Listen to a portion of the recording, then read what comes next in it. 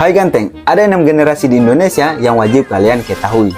Beda generasi, beda pula cara treatmentnya.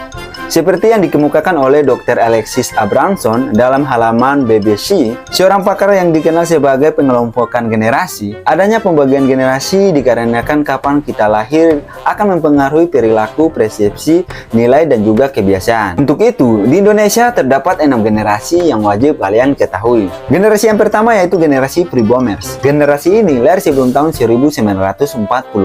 Jumlah generasi ini sebanyak 5,3 juta jiwa dari total penduduk Indonesia. Generasi ini hidup di saat kondisi perekonomian global dalam kondisi sulit akibat perang. Generasi yang kedua yaitu generasi Baby Boomers. Generasi ini lahir pada tahun 1946 sampai 1964. Di Indonesia terdapat 31,1 juta jiwa. Generasi ini lahir dan tumbuh ketika zaman belum modern dan minim lapangan pekerjaan, sehingga membuat masa muda generasi ini memiliki sifat kompetitif. Yang ketiga, generasi X. Generasi ini lahir pada tahun 1965 sampai 1980. Generasi ini menduduki peringkat ketiga dengan jumlah 58,65 juta jiwa. Generasi ini lahir ketika teknologi sedang berkembang. Generasi ini terkadang disebut sebagai generasi pemalas, sinis, dan juga tidak puas. Yang keempat adalah generasi Y.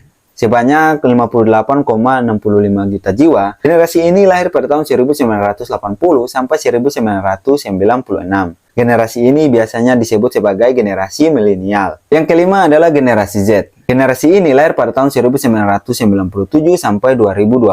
Generasi ini menduduki peringkat pertama dengan jumlah 74,93 juta jiwa. Generasi ini tumbuh dengan teknologi, internet, dan juga media sosial, sehingga dikenal sebagai generasi pecandu teknologi dan cenderung antisosial. Generasi ini juga seringkali disebut sebagai generasi influencer. Yang keenam adalah post-Gen Z. Berbeda dengan generasi Baby Boomers yang dinamai berdasarkan fenomena demografi yang unik, post-Gen Z mereka dapat membuat identitasnya sendiri yang relevan dan periode generasinya sendiri. Nah, dari ke-6 generasi di atas, kamu termasuk generasi yang mana nih?